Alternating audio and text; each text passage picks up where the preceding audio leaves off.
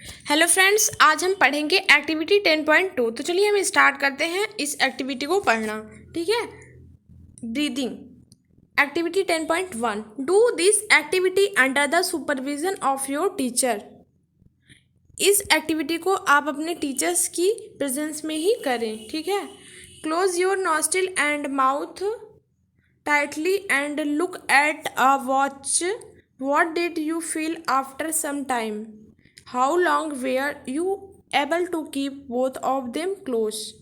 ठीक है। इसमें क्या कह रहे हैं कि आप अपने मुंह को और अपने नॉस्ट्रिल को बंद कर लीजिए, कस के बंद कर लीजिए और टाइम देखिए, वॉच में टाइम देखिए कि कितना टाइम तक आप ये कर पा रहे हैं। आप अपने मुंह और नॉस्ट्रिल को एक साथ बंद करके रह पा रहे हैं। ठीक है। इस कुछ समय बाद आपने क्या फील किया। Note down time which you could hold your breathe. ठीक है। इसके बाद आप उसको नोट कीजिए कि आप अपनी सांस को कितने टाइम तक रोके रहे। ठीक है। ये यहाँ पे कहा जा रहा है। So now you know that you can not survive for long without breathing. इसमें ये कह रहे हैं कि क्या आप कुछ टाइम तक बिना सांस लिए ऐसे रह सकते हैं, आप सर्वाइव कर सकते हैं बिना ब्रीदिंग किए। Breathing means taking in air rich in oxygen and giving out air rich in carbon dioxide with the help of respiratory organ. इसमें ये कहा जा रहा है कि ब्रीदिंग का मीन क्या होता है, ब्रीदिंग से क्या होता है, हम क्या समझते हैं ब्रीदिंग से। तो ब्रीदिंग से क्या समझते हैं, इसलिए हम आपको समझाते हैं। ठीक है। O2 है ऑक्सीजन जो कि हमारे इन्वायरमेंट में प्रेजेंट होती है, हमारे एटमॉस्फेयर में होती है। तो वो ऑक्सीजन जब हम सांस लेते हैं, हम अंदर सांस खींचते हैं, मतलब इनहेल करते हैं, तो हमारी बॉडी में मतलब हमारे लंग्स में हम सांस जब लेते हैं तो जो एयर हमारे अंदर जाती है लंग्स में, वो एयर ऑक्सीजन होती है। हम ऑक्सीजन को इनहेल करते हैं। ओके। इसके बाद जब हम सांस बाहर छोड़ते हैं तो एक्सहेल उसको कहा जाता है। एक्सहेल में हम क्या करते हैं, CO2 को बाहर रिलीज करते हैं। ठीक है। एक्सहेल में। ओके। तो इससे हम ये समझते हैं कि जब इनहेल करते हैं, जब हम सांस लेते हैं अंदर, तो हम ऑक्सीजन को अंदर इनहेल करते हैं, और जब हम सांस बाहर छोड़ते हैं, एयर बाहर निकालते हैं, तो हम CO2 को बाहर रिलीज करते हैं। ठीक है। ये यहाँ पे बताया गया है। तो ये किसकी हेल्प से होता है, with the help of respiratory organ.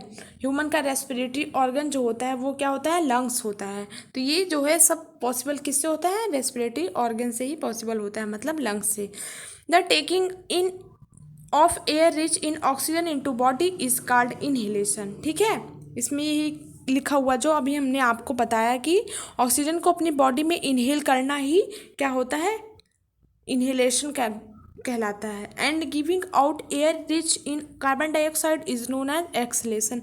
और बाहर CO2 रिच एयर को बाहर रिलीज करना एक्सहेलेशन कहलाता है। ठीक है। तो चलिए हम आगे पढ़ते हैं। It is a continue process which goes on all the time through out the life of an organism. ये जो प्रोसेस होती है इनहेल और एक्सहेल की, ये अल्टरनेटली होती रहती है। मतलब एक बार हम सांस अंदर लेते हैं, फिर बाहर छोड़ते हैं, इनहेल करते हैं, फिर एक्सहेल करते हैं। इनहेल में ऑक्सीजन अंदर लेते हैं और एक्सहेल में CO2 को बाहर रिलीज करते हैं। ये प्रोसेस हमारे लाइफ में कंटिन्यू रहता है। ठीक है। सभी ऑर्गेनिज्म में, जो भी ऑर्गेनिज्म है सब में होता है।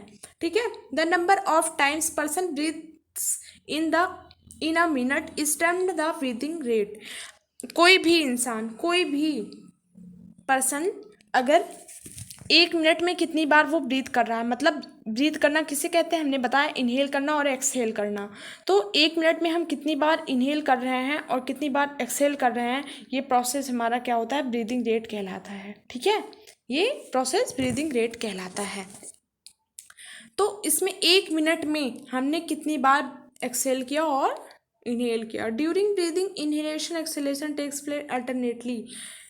ब्रीदिंग में क्या होता है, अल्टरनेटली हम एक बार इनहेल करते हैं और एक्सहेल करते हैं। अब breath means 1 inhalation plus 1 exhalation. Breath mean क्या होता है, आप ये समझिए। ब्रीदिंग रेट होता है इनहेलेशन प्लस एक्सहेलेशन। ये हमारा ब्रीदिंग रेट होता है। ब्रीदिंग का मीन यही होता है कि इनहेल प्लस एक्सहेल, कितनी बार इनहेल करते हैं और कितनी बार एक्सहेल करते हैं 1 मिनट में। ठीक है, तो चलिए हम आगे पढ़ते हैं। यहाँ पे देखिए ये जो फिगर बना हुआ है, इसमें बूझो जो है क्या कर रही है, अपनी नॉस्ट्रिल को ऐसे दबाए हुए है और माउथ को भी। ठीक है, और वो अपनी सांस को, ब्रीदिंग को रोके हुए है। बूझो ने यहाँ पे नोट किया है कि जब कुछ देर तक हम अपनी सांस को रोके रखने के बाद सांस बाहर छोड़ते हैं तो एक बहुत तेज़ी से सांस लेनी पड़ती है। हम काफ़ी देर तक सांस जब रोके रहेंगे तो जब सांस बाहर छोड़ेंगे तो हम बहुत तेज़ी से सांस लेते हैं। क्या आप उसे बता सकते हैं कि ऐसा क्यों होता है? यहाँ पे ये बूझो जो है वो क्वेश्चन कर रही है। ठीक है, तो चलिए हम आगे पढ़ते हैं। आगे हम क्या पढ़ेंगे?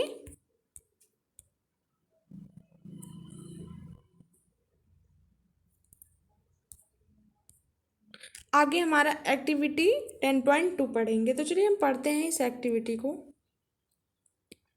Generally we are not aware that we are breathing, however if you try you can count your rate of breathing.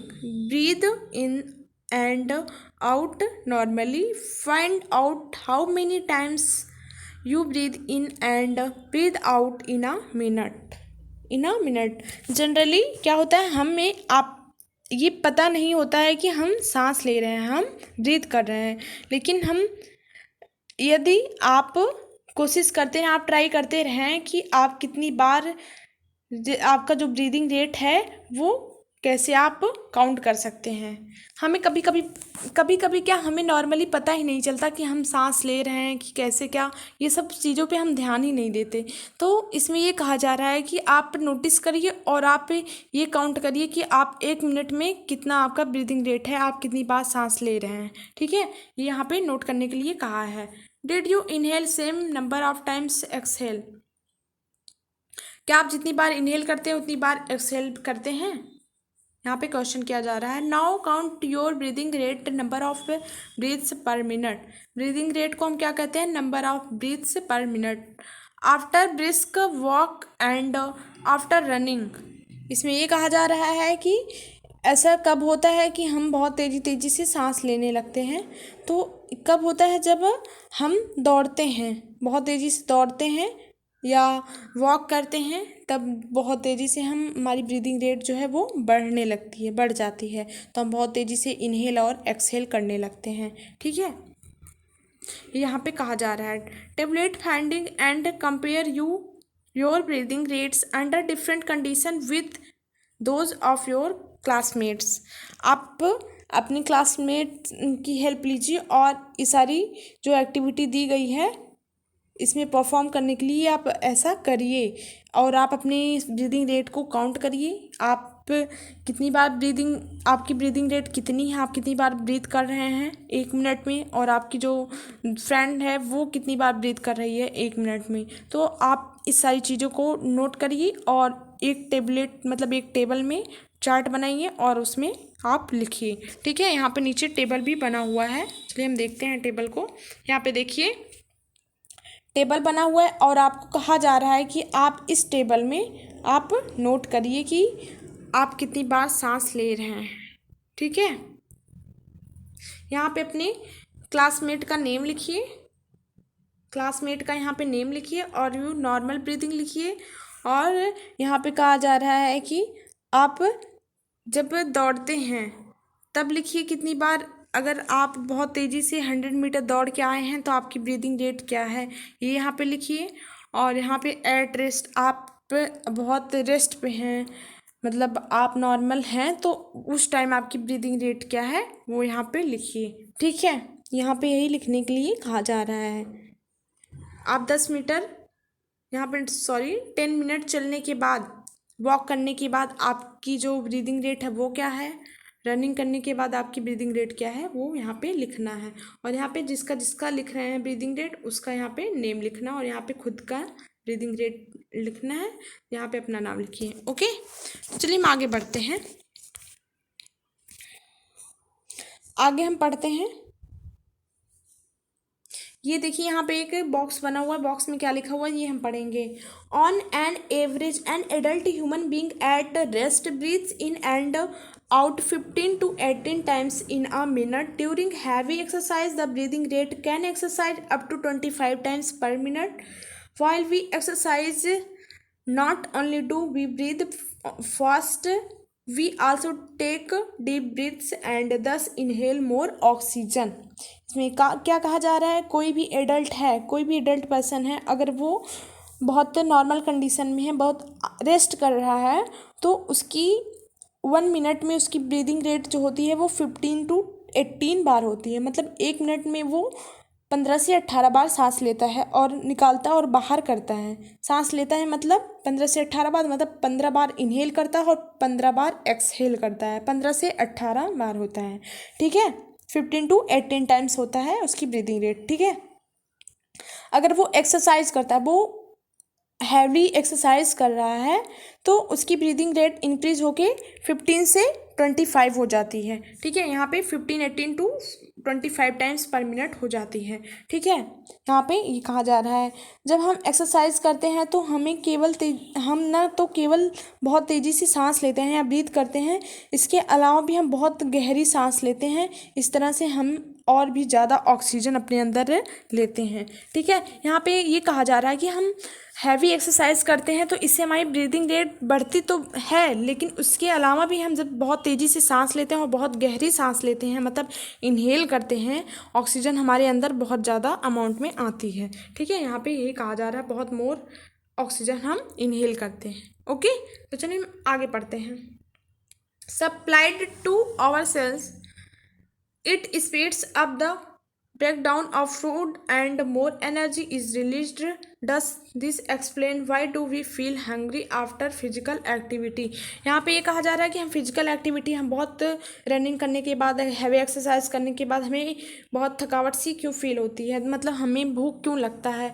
तो ऐसा क्यों होता है, ऐसा क्यों होता है, क्योंकि हमारी बॉडी में जो सेल्स में जो ग्लूकोज थी वो ब्रेक डाउन हो गई और वो ब्रीदिंग में इन्वॉल्व हो गई, वो ब्रीदिंग में यूज़ कर ले गई, तो इसलिए हमारी बॉडी में एनर्जी की कमी हो जाती है, डेफिशिएंसी हो जाती है, इसलिए हमें भूख लगती है और हमें खाने का मन करता है, ठीक है। कैसे ब्रेक डाउन होता है, ग्लूकोज से ही ऑक्सीजन, ग्लूकोज जो है वो ब्रेक डाउन होके क्या करता है, ऑक्सीजन बनाता है, और ये ऑक्सीजन हमारी बॉडी में जो रहती हैं ग्लूकोज फॉर्म में, वो सारी ऑक्सीजन यूज हो जाती हैं एक्टिविटी करने में, मतलब फिजिकल जो हमने वर्क किया है वो सारी चीज़ों में यूज हो जाती है और हमें भूख लगती है, खाने का मन करता है, ठीक है। तो चलिए हम पढ़ते हैं activity 10.3। Figure 10.3 shows the various activities carried out by person during normal। यहाँ पे क्या कहा जा रहा है ये हम पढ़ते हैं एक्टिविटी 10.3 में। किसी भी पर्सन नॉर्मली दिन में डिफरेंट टाइप के जो भी एक्टिविटी परफॉर्म करते हैं, यहाँ पे वो दिया गया है। नॉर्मल ह्यूमन जो है, पर्सन जो है, वो दिन में क्या क्या करते हैं, यहाँ पे इस फिगर में दिया हुआ है। यहाँ पे देखिए आप, यहाँ पे देखिए, यहाँ पे कपड़े धुलना, सोना, यहाँ पे वॉकिंग करना, रनिंग करना, और यहाँ पे सीढ़ी पे चढ़ना, यहाँ पे रीडिंग करना, स्टडी करना। तो फिर सारी ऐसी ही एक्टिविटी सब नॉर्मली लोग परफॉर्म करते हैं डेली लाइफ में अपनी, ठीक है। तो यहाँ पे यही फिगर दिया हुआ है। तो हम चलिए और आगे पढ़ते हैं इस एक्टिविटी को अच्छे से। तो इसमें क्या कहा जा रहा है, तो चलिए हम पढ़ते हैं 10.3 how do we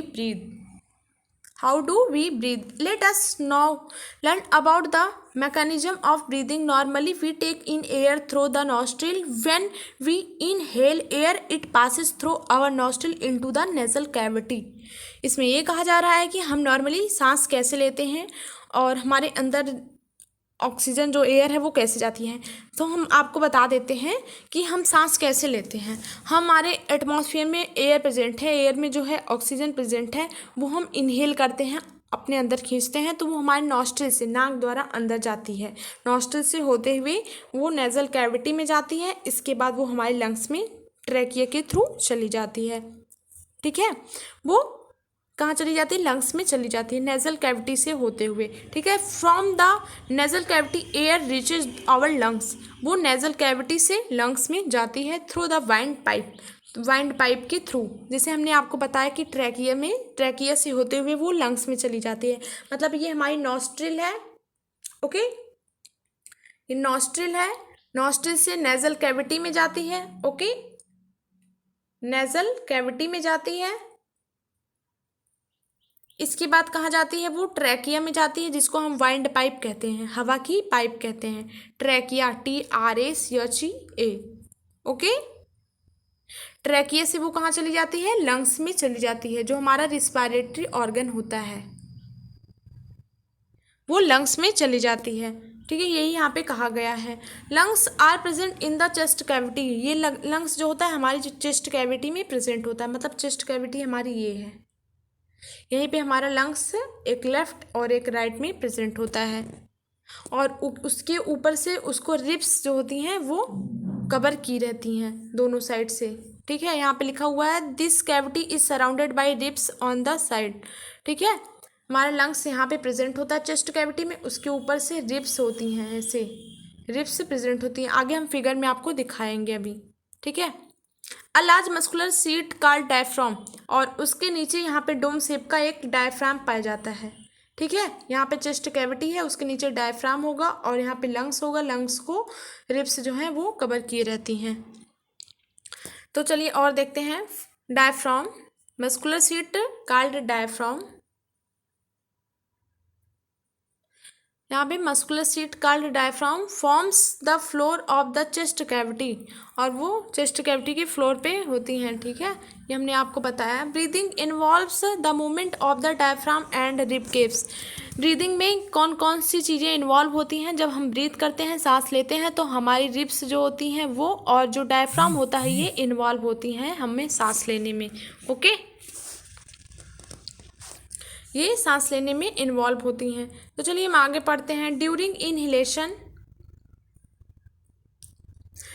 inhalation ribs move up and outwards and diaphragm moves down.